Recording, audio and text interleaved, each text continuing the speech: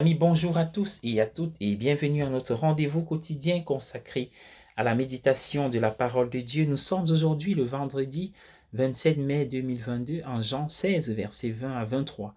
Installez-vous bien pour cette halte spirituelle. Voilà, bien-aimés du Seigneur, si nous nous interrogeons sur le verbe demander, il peut avoir certainement double sens. Demander lorsqu'on pose la question, ou alors demander quelque chose. Oui, dans la lecture d'aujourd'hui, ces deux sens apparaissent. Deux verbes grecs différents sont traduits par demander. L'un, erotao, est utilisé pour poser des questions. L'autre, aiteo, fait généralement référence à des demandes, des pétitions. La distinction n'est pas aussi nette, mais l'idée est la même. Ce jour-là, vous ne me demanderez rien. Erotao, en vérité, je vous le dis, si vous demandez à Hétéro quelque chose au Père, en mon nom, il vous le donnera.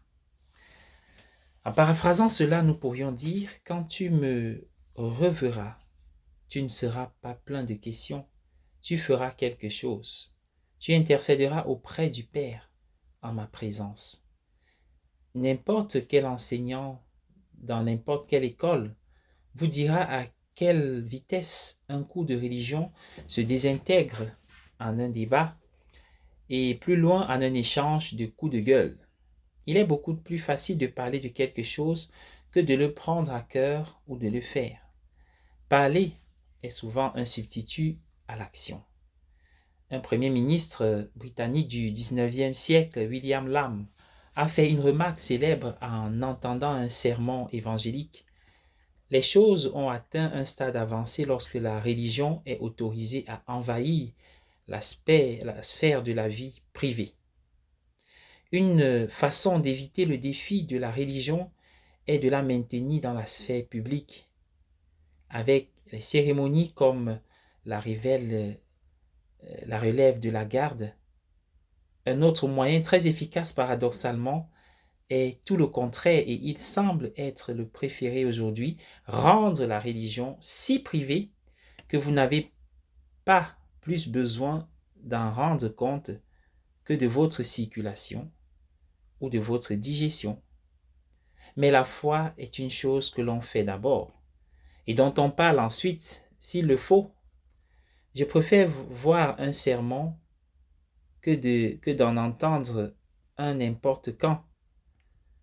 Une adhésion à la foi qui n'est pas aussi une adhésion à la prière, la liturgie et la prière informelle et au service des autres n'est que du blabla. Quelqu'un l'a dit, que parler était la seule forme d'exercice qu'il ait jamais prise.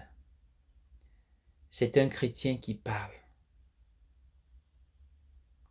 Bonne journée à tous et à chacun. Je nous invite à prier. Au nom du Père et du Fils et du Saint-Esprit. Amen. Refais mon âme, Seigneur Jésus, dans ce moment de silence. Refais mon âme, Père très saint, comme au jour de mon baptême. Refais mon âme, Seigneur, Esprit Saint, afin que je sois saint, sainte. Fais-moi parfait, parfaite, comme mon Père du ciel est parfait. Fais que je sois l'objet des complaisances du Père. Fais que je sois l'image du Fils. Refais mon âme, Trinité sainte et adorable. Porte mon âme dans le cœur sacré de Jésus. Porte mon âme dans le tabernacle.